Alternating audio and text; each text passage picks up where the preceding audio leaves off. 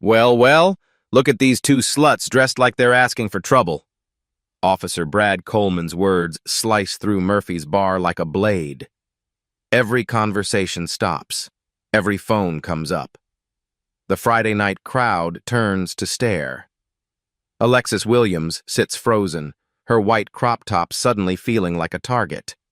Her twin sister Morgan grips her drink tighter. 3 months of FBI surveillance work. 3 months tracking Henderson's money laundering ring. All about to crumble. Coleman strides forward, his backup officers spreading out to block exits. You two match robbery suspects. Hands behind your heads, now! Sir, there's been a mistake, Alexis says, her voice steady despite the humiliation burning her cheeks. Shut up, Coleman barks. On your feet, ladies. Time to see what kind of trouble you've really been causing.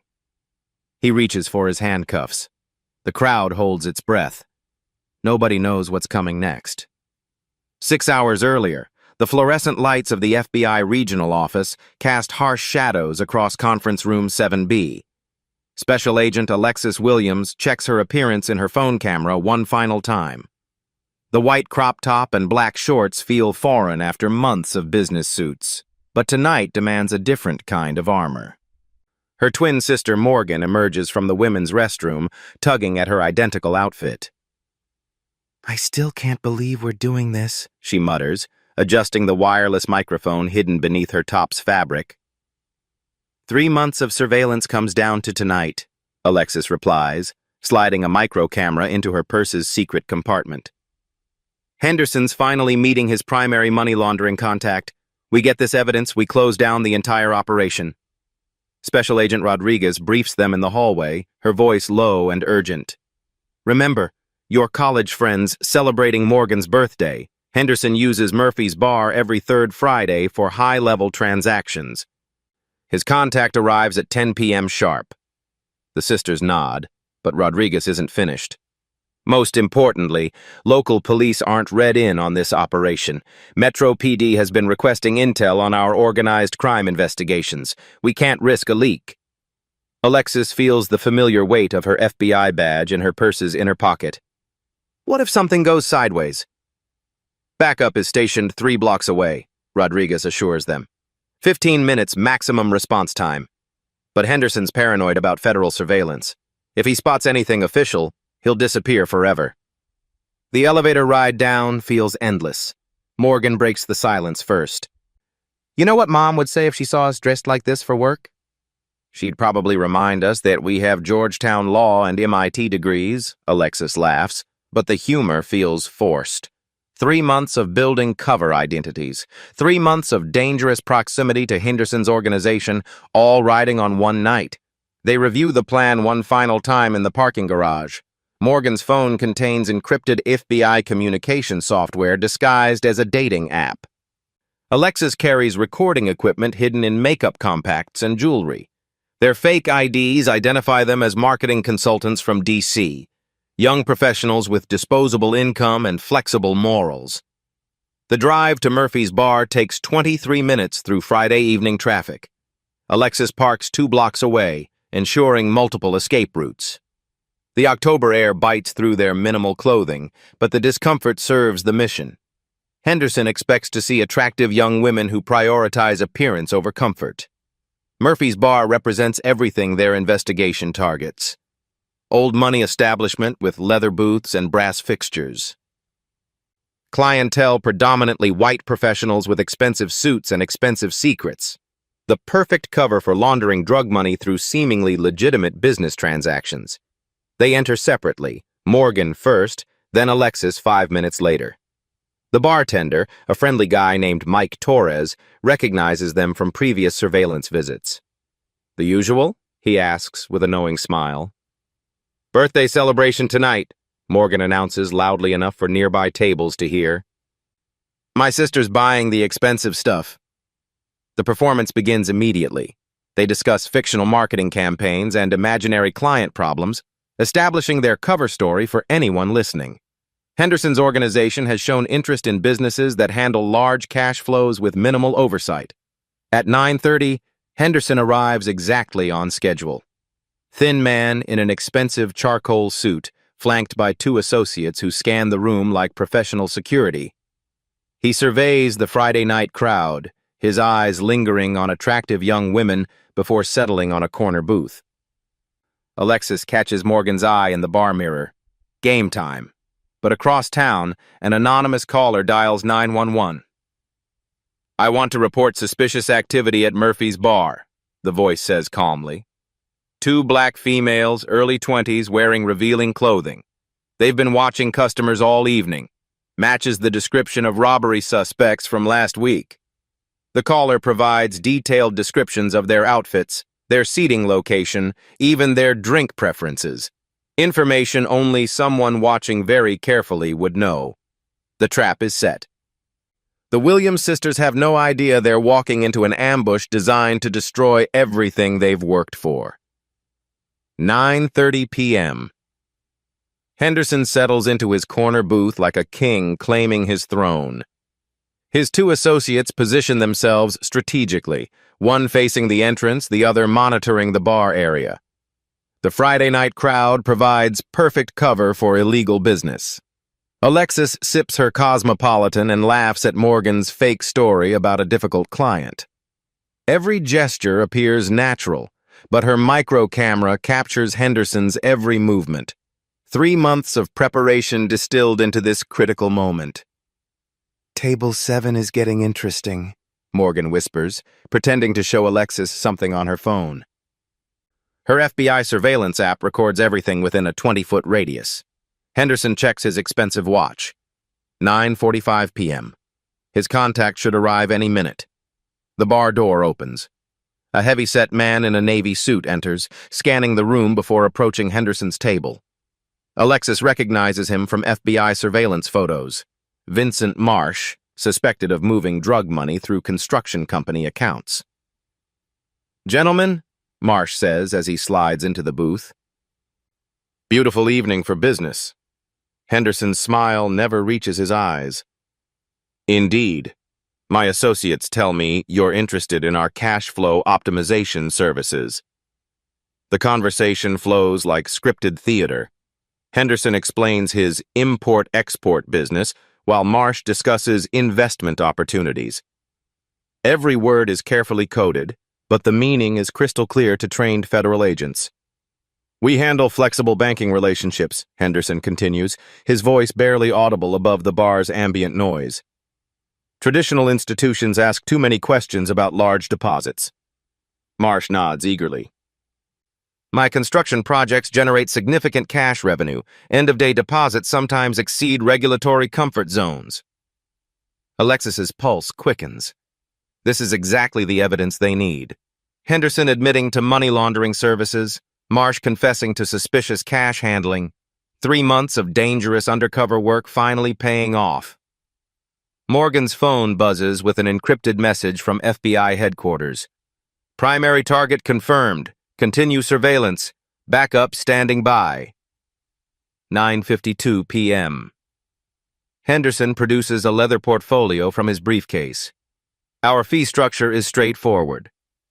3% of amounts under $500,000, 2% above that threshold." "And the timeline for processing?"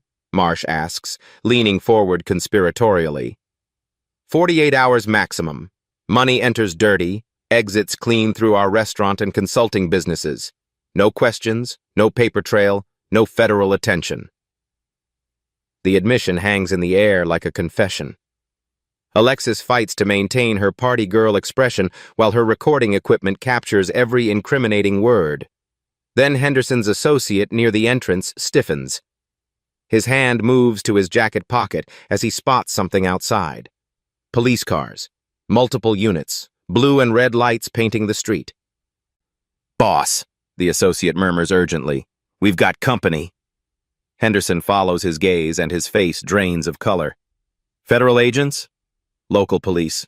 3 units, maybe 4. The money launderer's paranoia kicks into overdrive.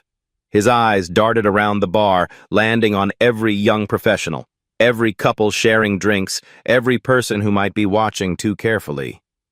His gaze settles on the Williams sisters. Those two. Henderson says quietly, nodding toward the bar. They've been here too long. Drinking slowly, watching everything. Marsh turns to look. You think they're cops? Someone called this in, Henderson replies, already standing.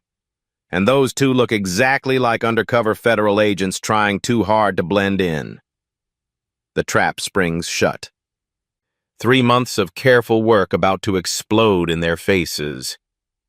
Well, look at these two sluts dressed like they're asking for trouble. Officer Coleman's words hit the bar like a physical blow. The Friday night conversations die instantly.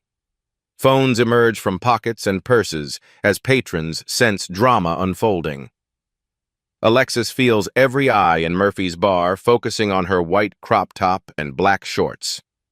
The outfit that seemed perfect for undercover work now feels like a scarlet letter.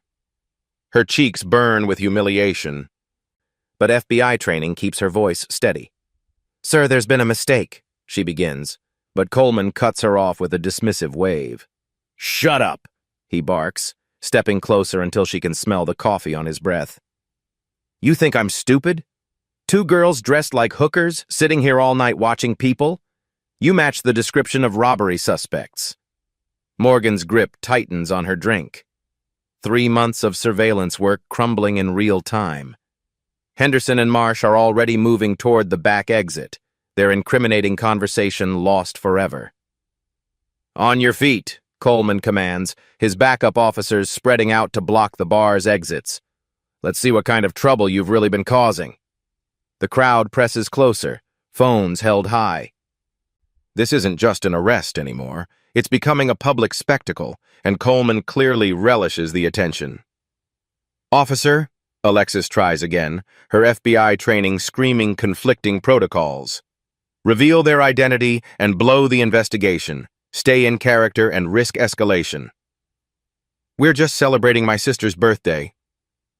"Birthday celebration?" Coleman laughs coldly.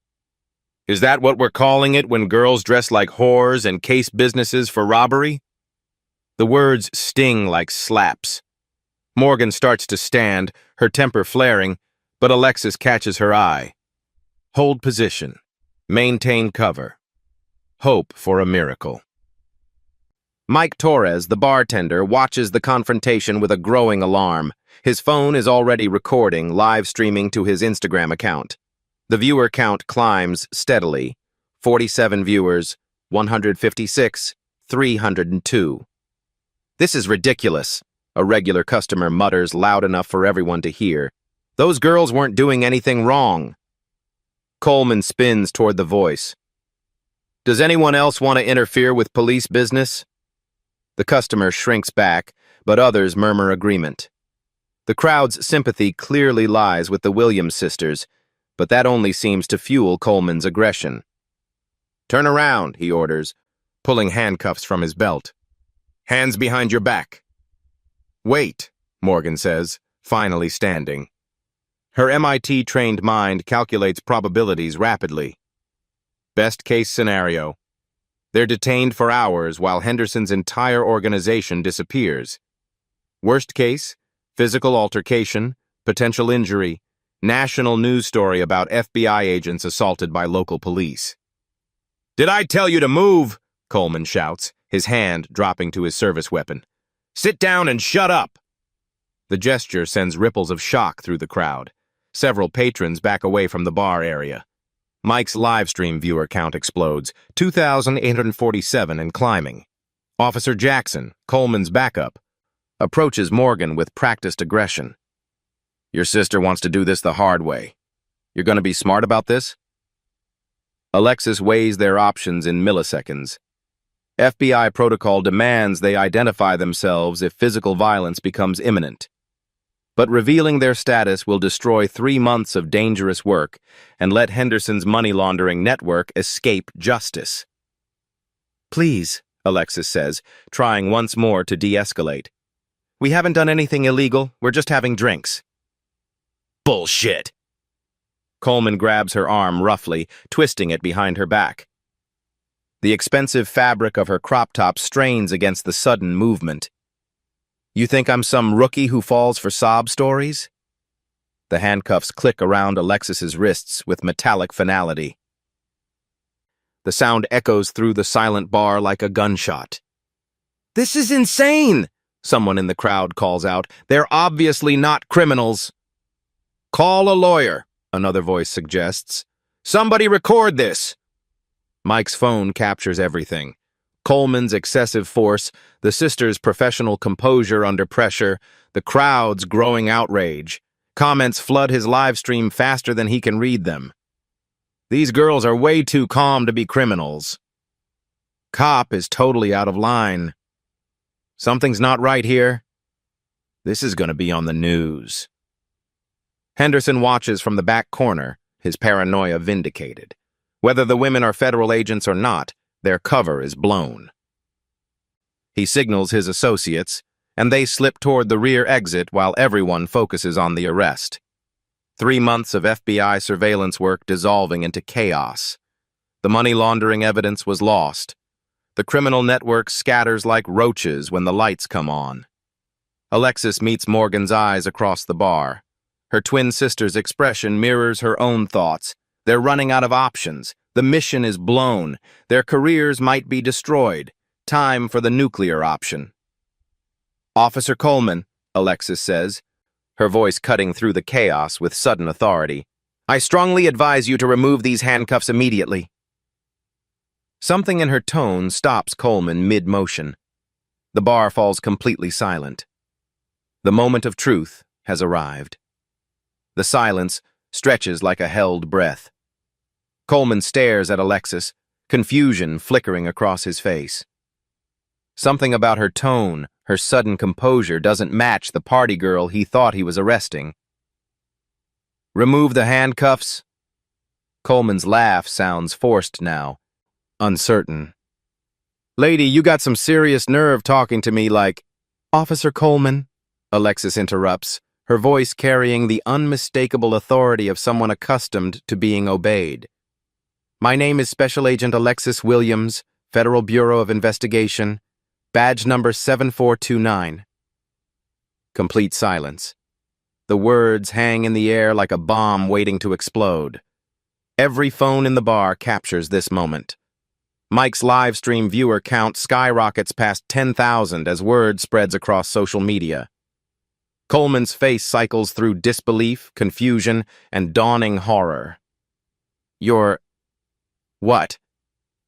Morgan stands slowly, producing her credentials with deliberate calm. The gold FBI badge catches the bar's lighting, authentic and unmistakable. "Special Agent Morgan Williams, badge number 7431. You just handcuffed federal agents conducting an authorized undercover operation." The revelation hits the crowd like an electric shock. Gasps echo through Murphy's bar.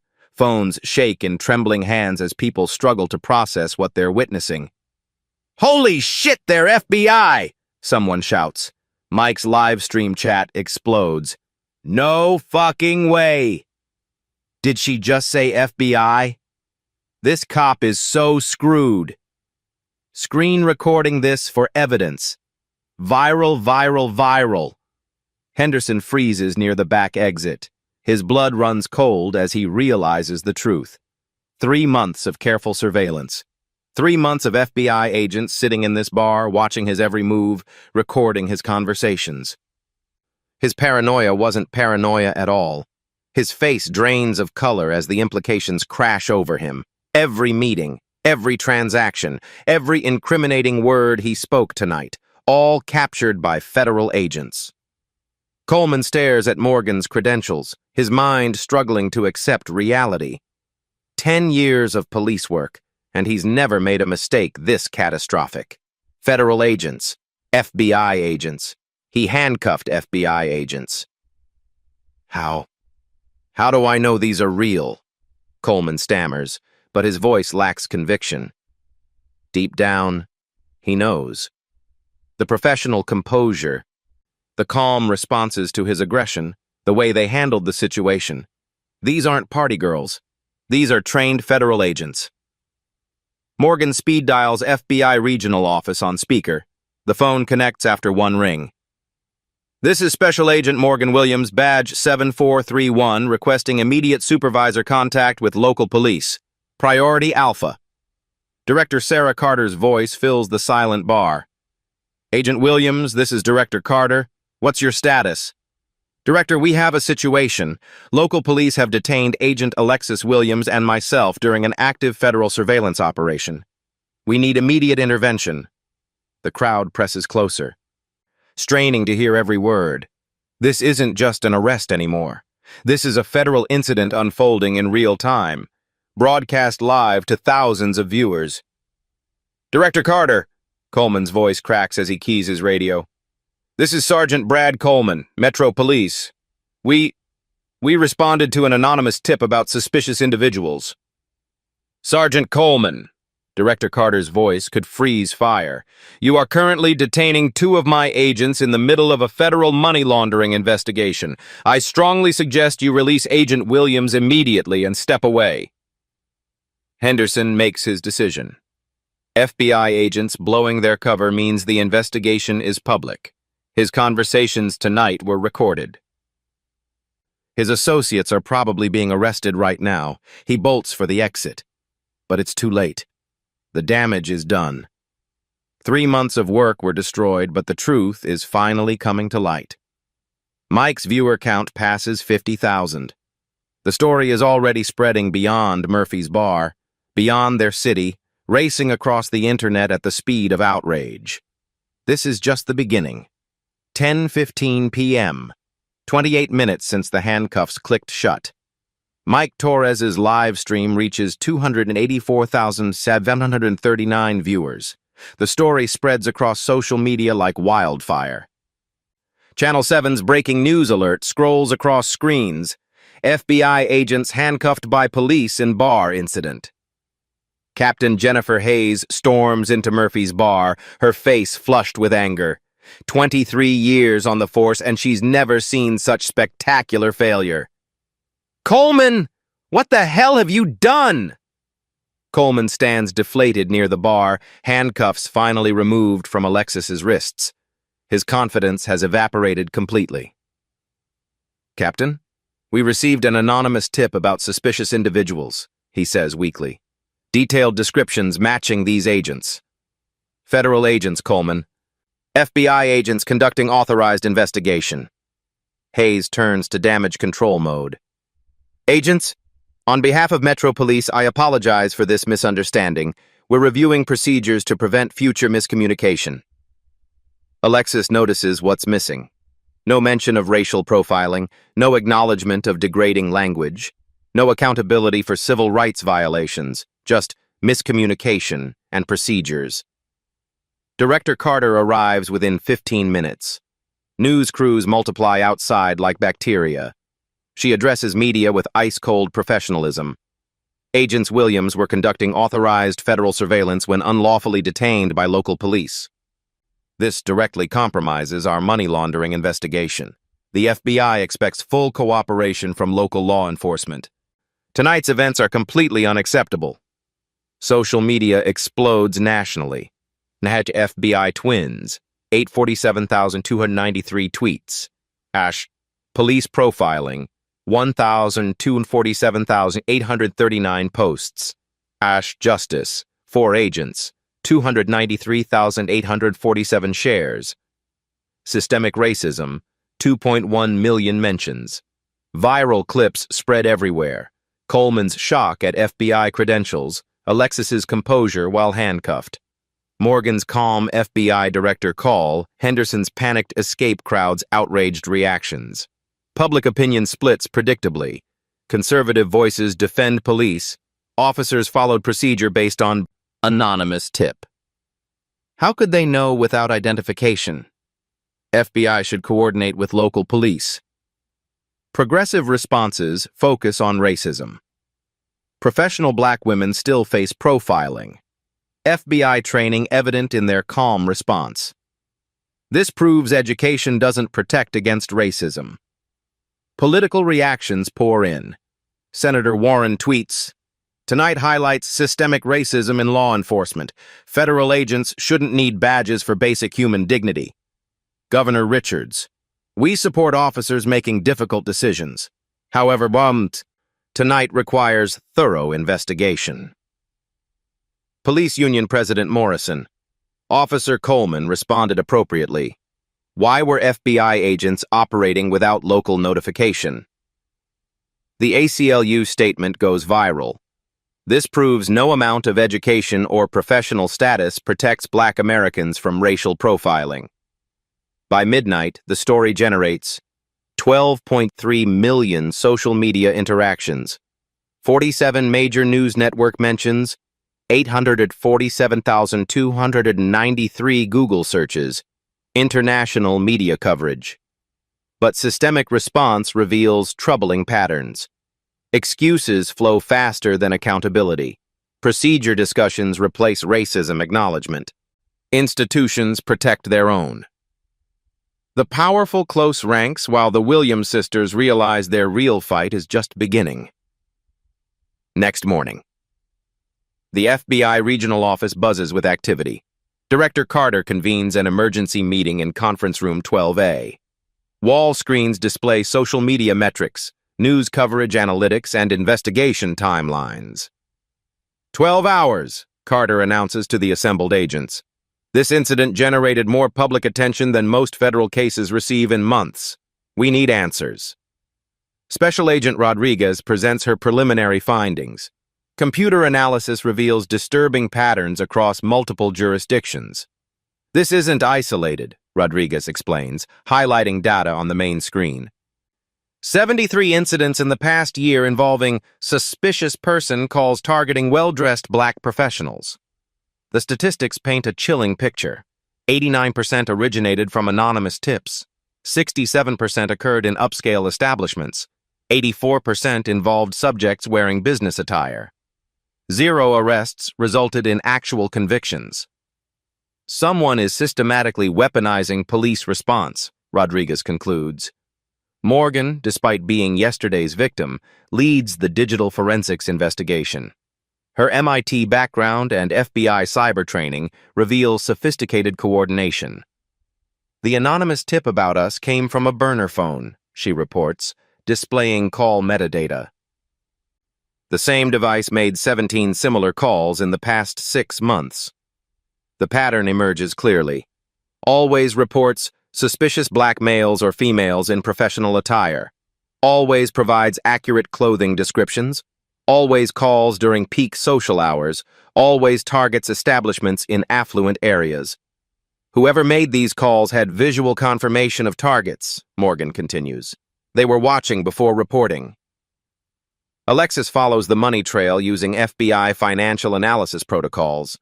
Banking records reveal shocking connections. Burner phone purchases correlate with cash withdrawals from 3 accounts, she reports. All 3 receive monthly transfers from Henderson's business network. The evidence mounts systematically. Email discovery from Henderson's seized computers. Subject: surveillance concerns, Williams sisters. Twin visitors asking detailed questions about cash flow operations. Recommend immediate distraction protocol implementation. Bank records show suspicious patterns. Account 847291. Monthly $2,500 transfers to Security Consulting LLC. Account 847292. Cash withdrawals matching burner phone purchase dates. Account 847293. Payments to Information Services, $500 per incident. Phone metadata analysis reveals coordination. 17 calls to police from same burner device. GPS tracking shows caller following targets before reports. Call duration exactly 45 seconds each time. Calls made within hours of Henderson meetings. The criminal network expands beyond simple money laundering. Henderson's organization had developed systematic defense strategy. Identify potential threats through surveillance. Use racial profiling to trigger police harassment. Create plausible deniability through anonymous reporting. Protect criminal enterprises by neutralizing investigators. Agent Davis presents victim interviews from other incidents. Dr. James Mitchell, prominent cardiologist. Handcuffed outside medical conference, police said I looked suspicious wearing my conference suit. Attorney Lisa Washington, detained during client dinner at an upscale restaurant. Anonymous tip claimed I was casing the establishment for robbery. Professor David Clark. Campus police called on me 3 times this semester, always after attending faculty social events. Each victim describes identical patterns: professional attire, upscale locations, anonymous tips with accurate descriptions, aggressive police response. Technology analysis reveals digital sophistication, encrypted communications between Henderson associates, dark web hiring of information specialists, cryptocurrency payments, avoiding traditional banking, social media monitoring, identifying potential investigators. Corporate connections emerge through financial forensics. Henderson's legitimate businesses provided security consulting contracts with private investigation firms, information sharing agreements with corporate clients, campaign contributions to local political figures. The conspiracy reaches disturbing depths. Henderson hadn't just been laundering money, he'd been systematically corrupting law enforcement processes, turning police into unwitting weapons against federal investigations. Internal police review reveals uncomfortable truths. Captain Hayes faces federal investigators. 17 suspicious person calls handled by your department this year, Agent Thompson notes. All involving black professionals. What's your assessment? I hadn't recognized the pattern until now, Hayes admits. Officer Coleman specifically handled 14 of these calls. His approach? Aggressive, but within policy guidelines. Policy guidelines that include calling young women sluts and whores? Hayes has no answer. Media investigation deepens the story. Investigative journalist Maria Santos uncovers additional corruption. Public records show Henderson's businesses donated $50,000 to the Police Benevolent Association this year. Same organization providing legal defense for officers in misconduct cases. Federal prosecutors outline multiple prosecution strategies. Criminal charges under consideration. Civil rights conspiracy, 18 U.S.C., Secor 241. Obstruction of federal investigation, 18 U.S.C., Word 112. Wire fraud through coordinated false reporting. RICO violations for organized criminal enterprise. Civil litigation potential. Section 1983 civil rights violations. Intentional infliction of emotional distress. Systematic harassment of federal agents. Conspiracy to obstruct justice. FBI behavioral analysis creates profile of weaponized policing. This represents evolution in criminal defense strategy. Instead of avoiding law enforcement, they're manipulating it as a weapon against threats. Technology evidence expands the scope. Henderson's network monitored federal agents across 17 states. Cryptocurrency transactions, funding false reporting campaigns, encrypted coordination with corrupt law enforcement contacts, international money laundering connections. The investigation reveals systematic attack on federal law enforcement. Henderson's organization had infiltrated police communications, tracked federal agents, and weaponized racial bias to protect criminal operations. As evidence mounts, Tyler receives encrypted message on secure FBI device. Agent Williams, your investigation threatens powerful interests. Some truths carry dangerous consequences. Consider this friendly warning. The message routes through multiple proxy servers before tracing to an IP address registered under Henderson Security Solutions. The conspiracy goes deeper than anyone imagined, and someone doesn't want them digging further. 1 week after Murphy's Bar. Alexis checks her apartment building's security footage for the 4th time today. 2 unmarked sedans have circled her block repeatedly since Tuesday. Her FBI training recognizes surveillance patterns, but the watchers stayed just outside legal action range. The phone rings at 3:17 a.m. Unknown number. Agent Williams, the electronically distorted voice says, some lessons need to be learned the hard way. Click. Dial tone. Alexis sits in her kitchen, gun within reach, wondering if federal agent status provides any real protection. Morgan discovers someone entered her apartment while she was at work. Nothing stolen, but clear signs of intrusion. Her laptop moved exactly 2 inches from its usual position. Books on her shelf reorganized alphabetically when she always keeps them by subject. They wanted me to know, Morgan tells Alexis over encrypted FBI communication. This isn't about robbery, it's psychological warfare. The sisters realize they're fighting battles on multiple fronts. FBI Regional Office receives flood of anonymous complaints about the Williams twins. Agents compromised operational security through reckless behavior. Failed to coordinate with local law enforcement per protocol. Created public relations, nightmare-damaging interagency cooperation. Internal Affairs opens preliminary review. Instead of investigating the conspiracy, the twins find themselves defending their professional conduct. Maybe you should have identified yourselves earlier, Agent Rodriguez suggests during the coffee break. Avoided the whole incident. We were maintaining cover for a federal investigation, Alexis responds sharply. The cover that got blown anyway, Rodriguez shrugs. Now everyone's asking questions about FBI protocols. The isolation begins. Colleagues who once supported them start maintaining professional distance. The viral incident makes them controversial figures within their own agency. Conservative media outlets shift narrative against them. Rogue FBI agents create police relations crisis. Federal overreach undermines local law enforcement. Williams sisters, heroes or troublemakers? Anonymous sources provide reporters with illegally obtained information. Personnel file details suggesting aggressive investigation tactics.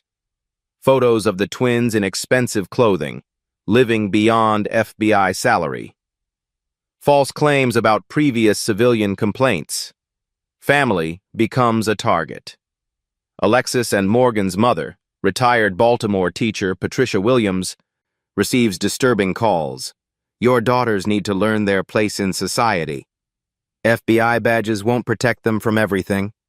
Some people get taught lessons they never forget.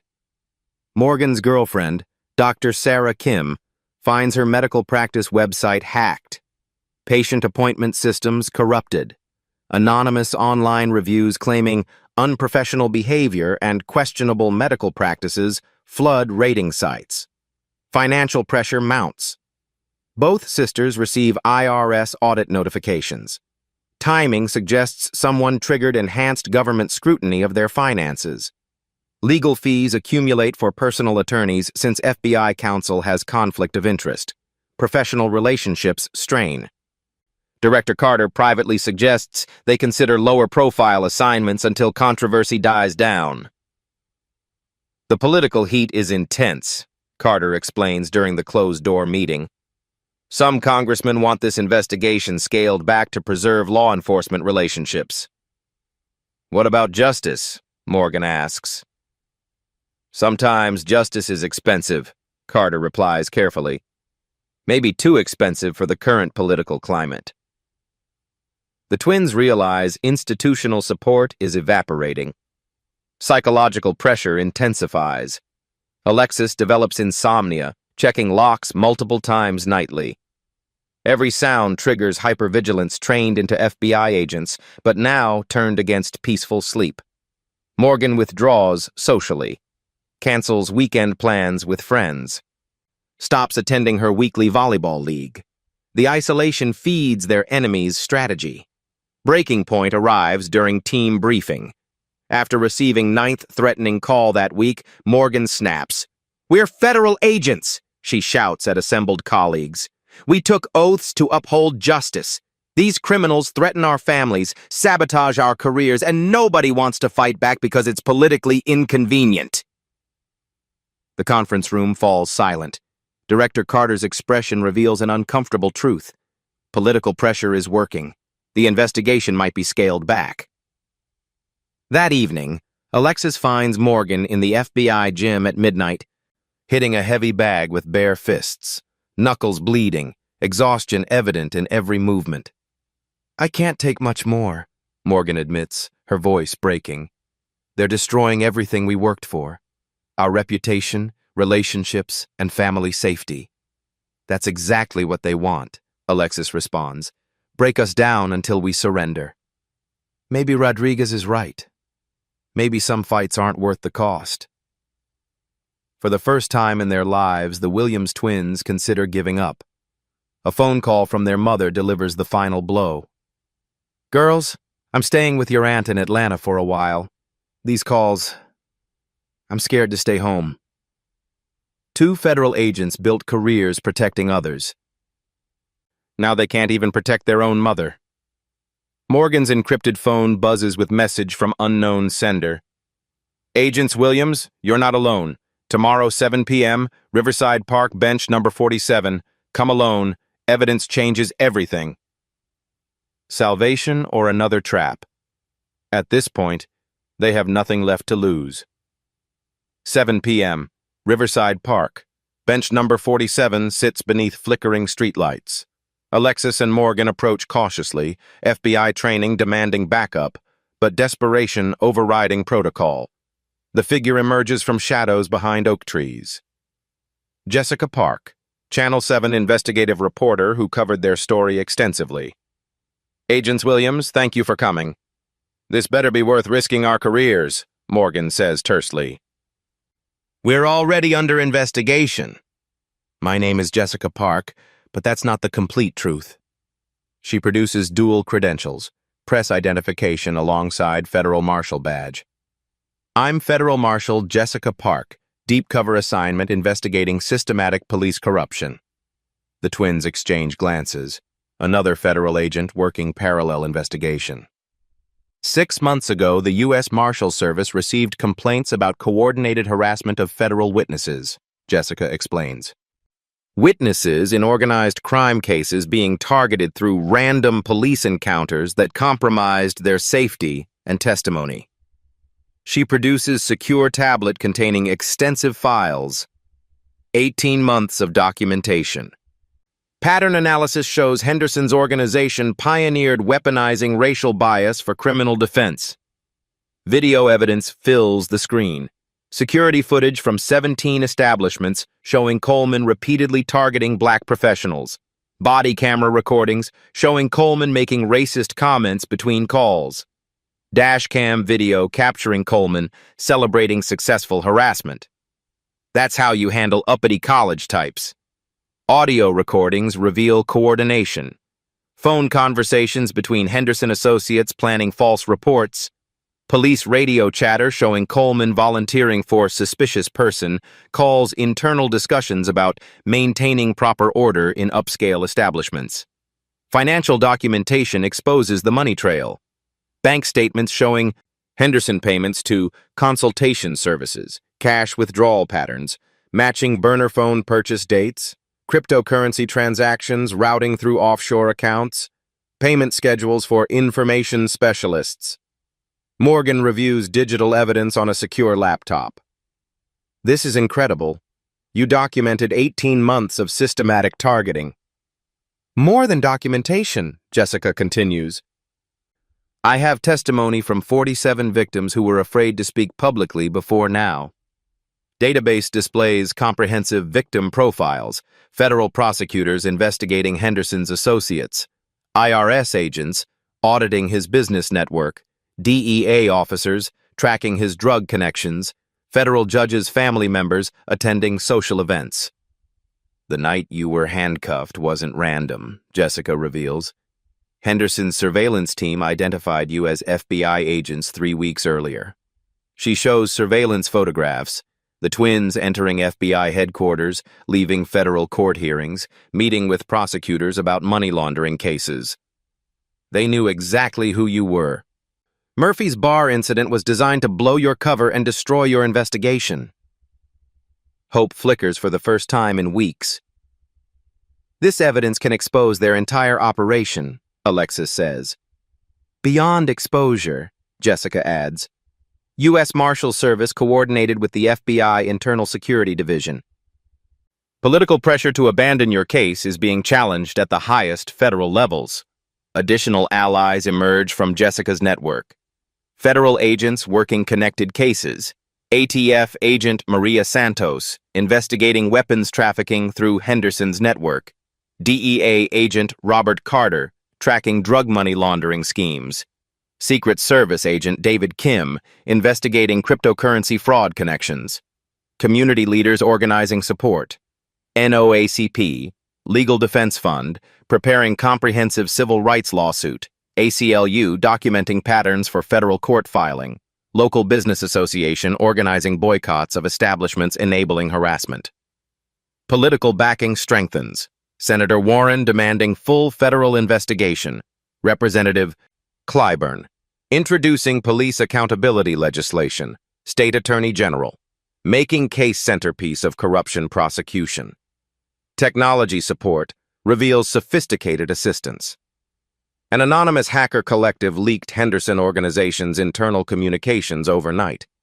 Encrypted servers compromised, financial records exposed, coordination documents published across the internet.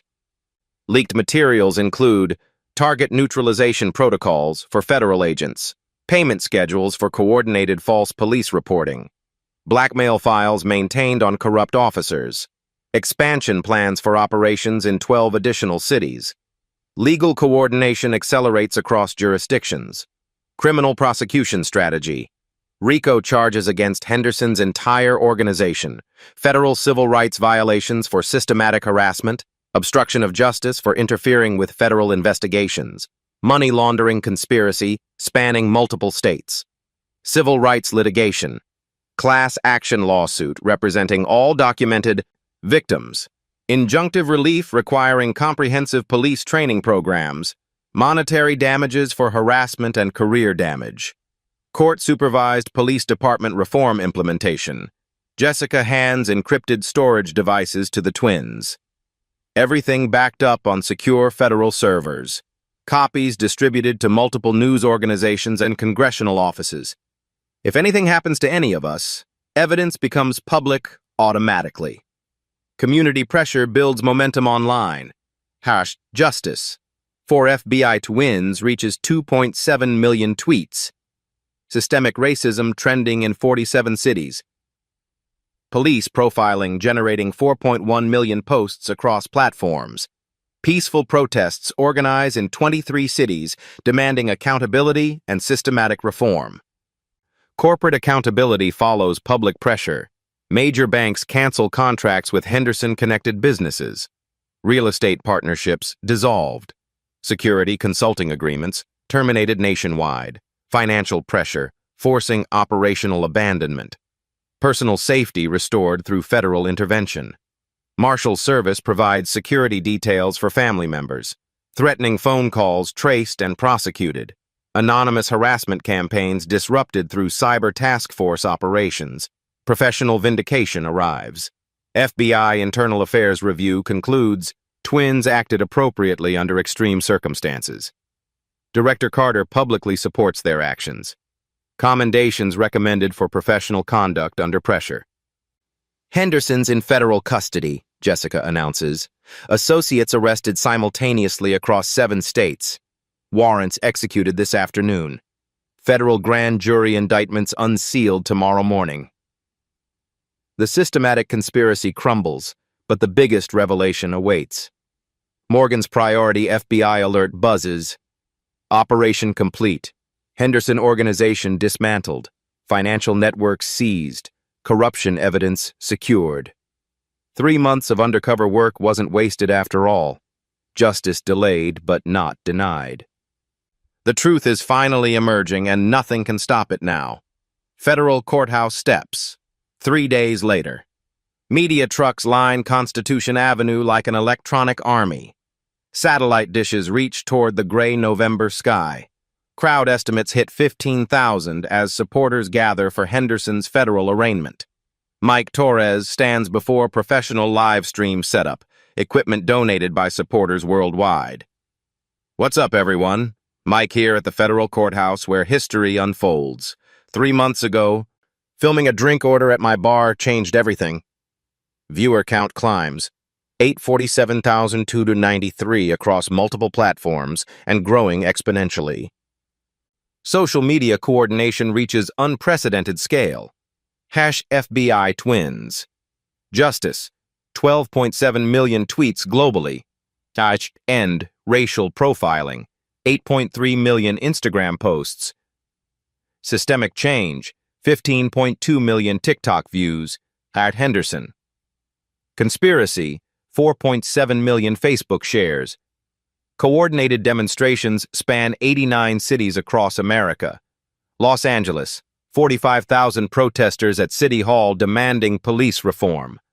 Chicago, 67,000 marching down Michigan Avenue for accountability. Atlanta, 23,000 at State Capitol calling for federal oversight.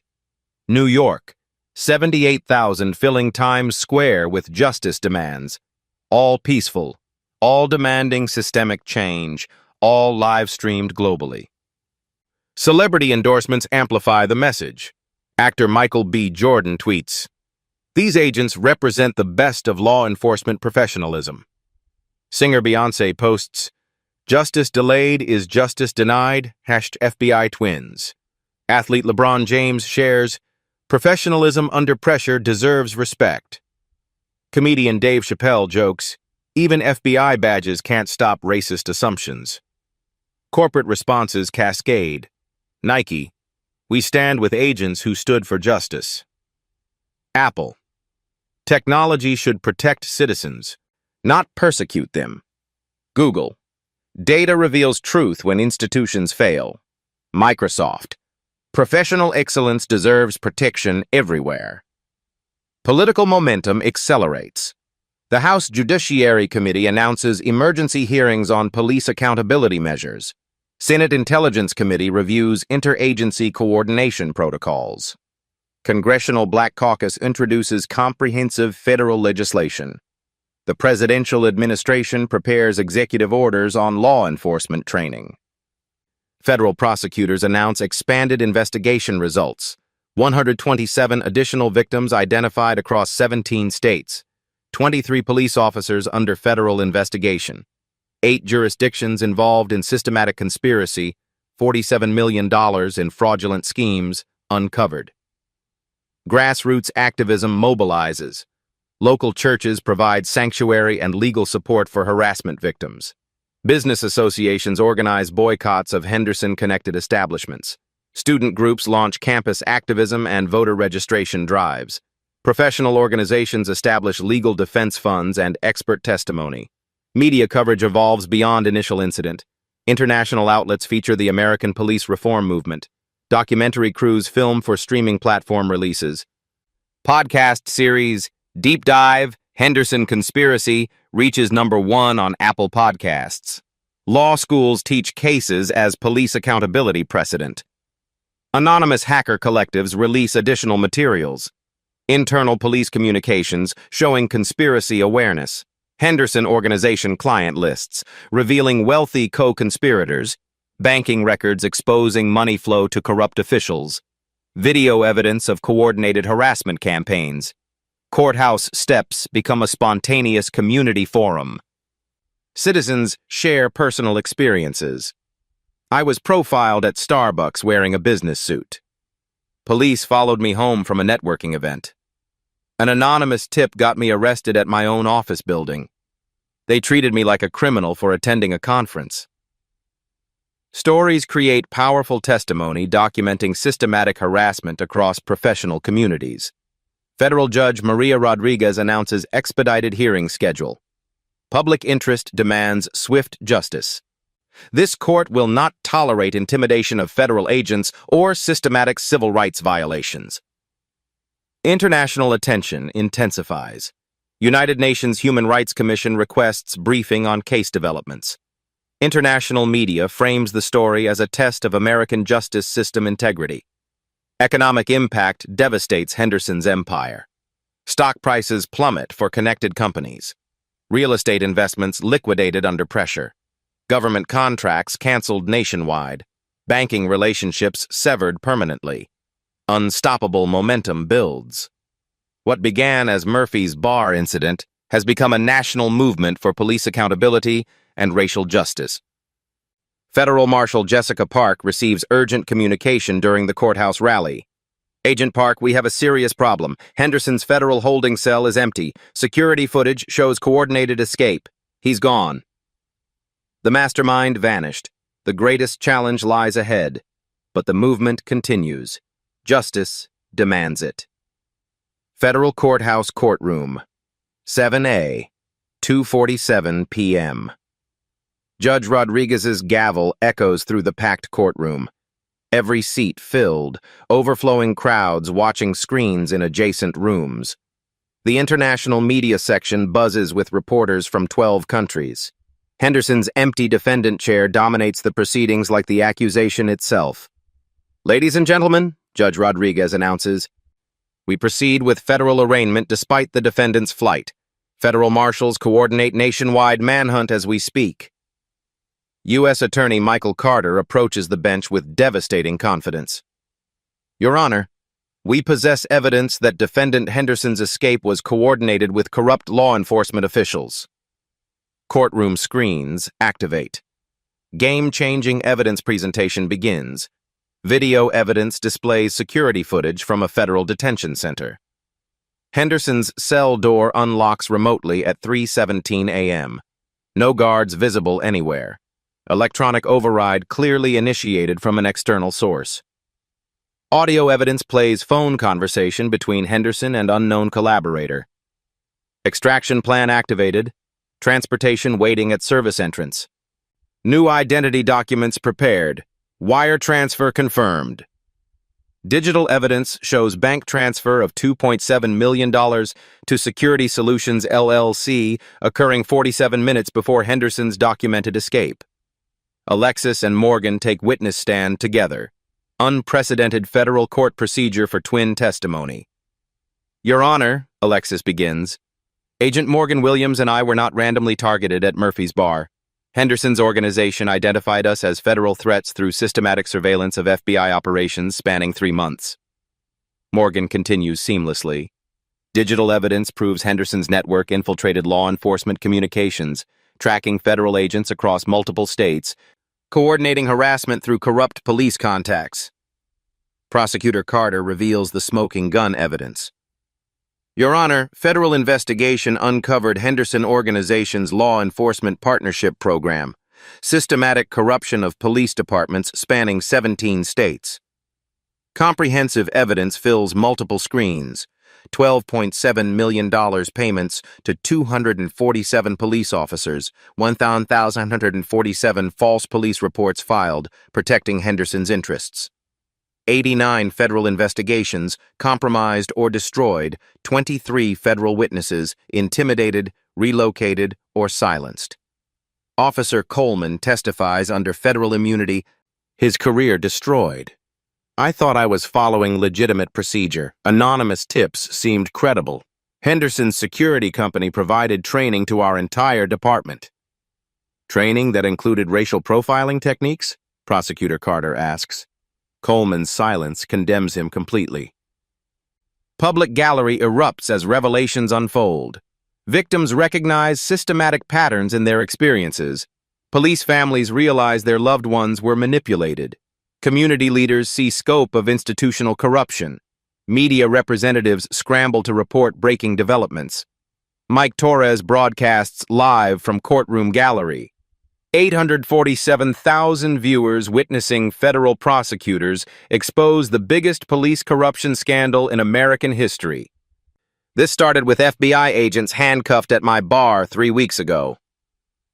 Comments flood faster than reading. Justice is happening. Henderson belongs in prison forever.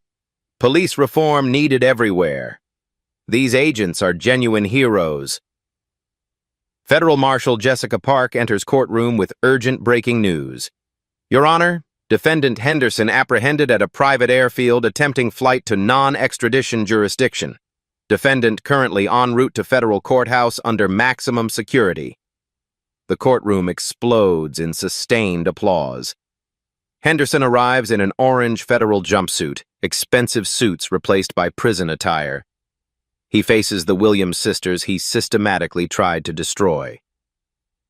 Henderson's final statement reveals his mindset. I exercised constitutional rights to legitimate business operations and legal self-defense measures. Alexis responds with devastating calm. Mr. Henderson, you systematically violated the constitutional rights of federal agents and American citizens. Your business was a criminal conspiracy. Your self-defense was attacking justice itself. Evidence overwhelms any possible defense strategy. Henderson's attorney attempts desperate plea negotiation.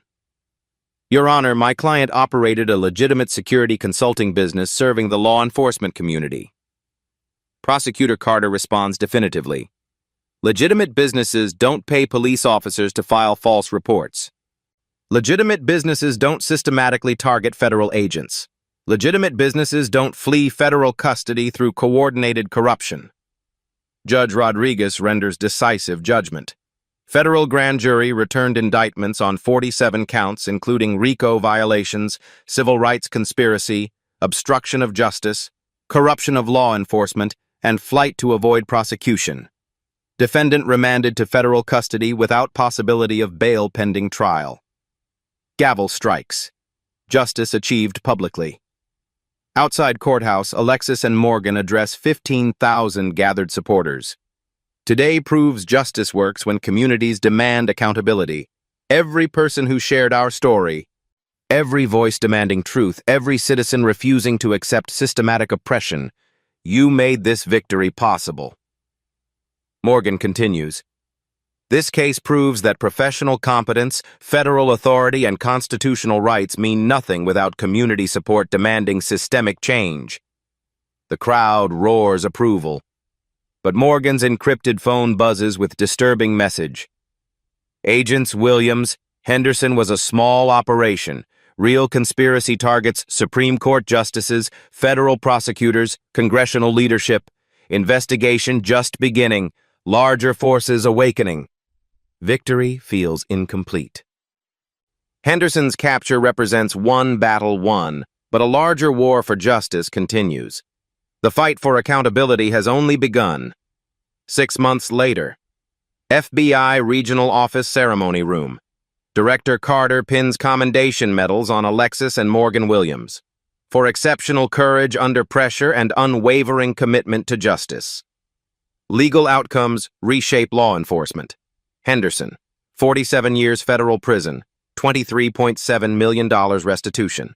Officer Coleman, 12 years prison, civil rights violations. 17 police officers, various sentences, dismissals, prosecutions.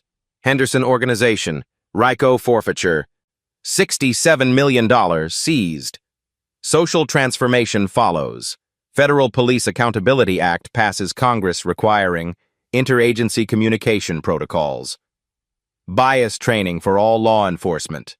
Federal oversight of local departments. Protected status for federal agents. Community impact spreads. 247 victims receive compensation. Police departments in 23 states implement reform programs. FBI local police coordination established nationwide civil rights monitoring expanded.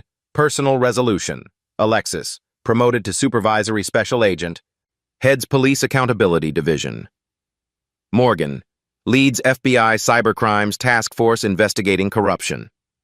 Both, speakers at law enforcement academies teaching bias recognition. Mike Torres receives Journalism Award, Outstanding Citizen Journalism in Service of Justice. His acceptance speech. I just filmed what I saw. Sometimes that's all it takes to change the world. After credit beat, Morgan's secure phone receives an encrypted message. Agents Williams' Henderson case was test run. Real operation targets Supreme Court justices. Evidence package incoming. The message disappears through 17 proxy servers. Statistics display. Original live stream. 47.3 million total views. Congressional hearings. 127 hours testimony. Police officers trained. 847,000 nationwide. Lives changed. Immeasurable. If this story inspired you, smash that subscribe button and hit the notification bell. Drop a comment sharing your own experiences with police accountability. Your voice matters in the fight for justice. Share this video everywhere. Tag 3 friends who need to see this. Together, we can create the change our communities deserve. Closing text. Based on true events occurring nationwide. Names changed to protect ongoing investigations. For resources on police accountability, visit fbi.gov/civil rights. Final frame. FBI badge next to citizen journalist's phone, symbolizing collaboration between institutions and community in pursuing justice. The Williams sisters proved truth and courage overcame systematic oppression. Justice delayed, but never denied.